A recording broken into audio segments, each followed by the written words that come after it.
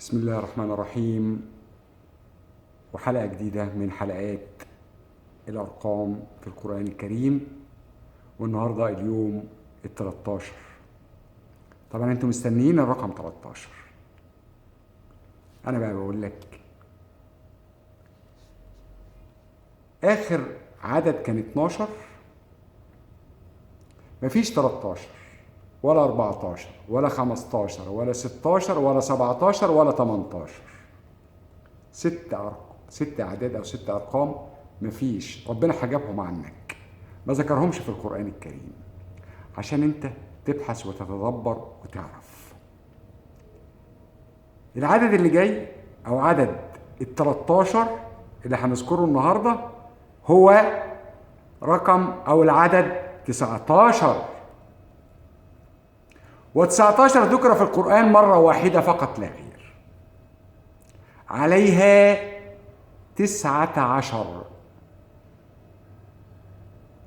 الآية رقم 30 في سورة المدثر التي رقمها 74.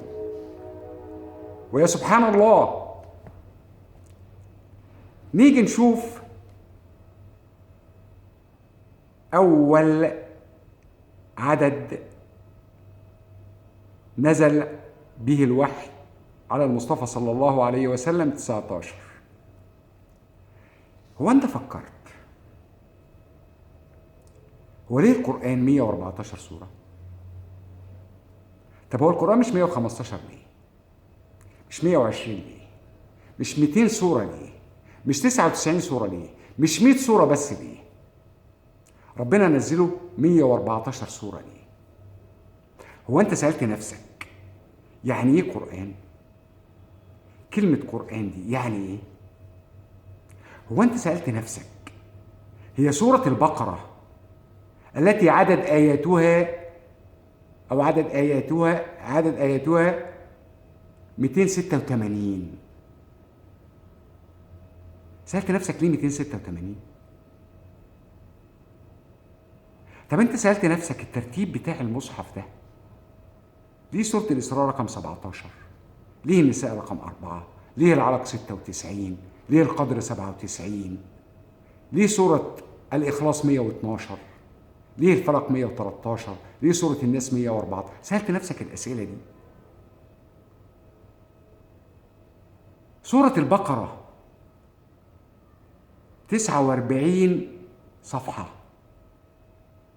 سألت نفسك يعني ايه البقرة؟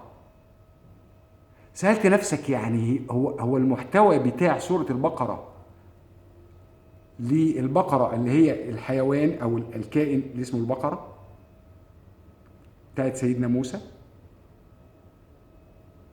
سألت نفسك الأسئلة دي؟ ده اسمه التدبر بقى، إن أنت تفكر وتدور ليه. هذا العدد ذكر في القرآن الكريم مرة واحدة. 19 لما تيجي تبص لجمال الواحد والتسعة، العدد 19 وتشوف الرقم 1 والرقم 9، هتلاقي في العربية الواحد زي الإنجليزية زي الفرنسية زي الإيطالية، في معظم لغات العالم الواحد واحد، يعني ما فيهوش اختلاف، مش هيختلف عليه اتنين، هتعرفوا واحد هو واحد. والتسعة نفس القصة، هتلاقي نفس القصة بتاعت التسعة هتقراها زي الواحد في اللغة العربية، في اللغة الإنجليزية، في اللغة الفرنسية، في الإيطالية، في معظم لغات العالم محدش هيختلف عليها. محدش هيختلف على عدد 19 ان انت تقراه في العربية وهتقراه في الإنجليزية، حتى لو انت ما بتعرفش تقرا إنجليزي هتقرا العدد 19 بالإنجليزي هتعرف تقراه. ده من جمال العدد 19، لأن أول رقم نزل على محمد صلى الله عليه وسلم، نوحد الله ونصلي على سيدنا الرسول. طب عندنا بقى في المصحف أو في القرآن كام سورة؟ 19 آية، هنلاقيهم 3. طب ايه بقى ال3 صور؟ منهم اول سورة نزلت على محمد صلى الله عليه وسلم واول ما نزل من القرآن الكريم سورة العلق، 19 آية. الانفطار 19 آية. سورة الأعلى 19 آية. ده حتى بسم الله الرحمن الرحيم 19 حرف. لما تلاقي كده سورة العلق 19 والانفطار 19 والأعلى 19 وبسم الله الرحمن الرحيم 19 حرف، وتيجي تضرب 19 في 6 خلق السماوات والأرض، عدد أيام خلق السماوات والأرض 19 في 6، هتلاقيهم 114 سور القرآن الكريم. ال 114 لها حلقة لوحدها ب10 أدلة هنقولهم. طيب 3 سور، 3 عدد آياتهم 19، 3 في 19 ب57، و57 ده اوعى تنساه في حياتك. 57 هو الكود لما تيجي تحول في الرقمنة، لما تحول كلمة قرآن لرقم هتلاقيه 57، وتعكس الرقم تلاقيه 75، تلاقي شهر رمضان. وكلمة السجدة 75 لما تحولها الكود. وال57 هتلاقيها سورة الحديد، منتصف القرآن الكريم، عمود القرآن الكريم. هو أنت تقدر تبني عمارة من غير حديد؟ تقدر تبني عمارة من غير عواميد، من غير عمود؟ استحالة. شفت الإبداع، شفت الجمال. عقلك البشري مش هيستوعب الكلام ده، انت مش واخد عليه، مش واخد على الأرقام. لما تيجي تتدبر في الأرقام وتقرأ هتبدأ بقى تقتنع وتقدر تقول سبحان البديع، سبحان الله، سبحان الواحد الأحد.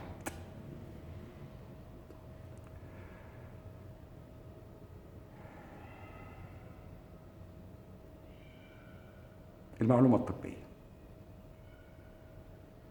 اللي أنا عايز أقولها النهاردة، لما تنزل حادثة أو تشوف حادثة قدامك، اوعى شهامة المصريين، كلنا شهامة وكلنا عندنا ثقافة المصريين والشهامة والجدعنة وكل حاجة على عيني وعلى راسي، على دماغي من فوق.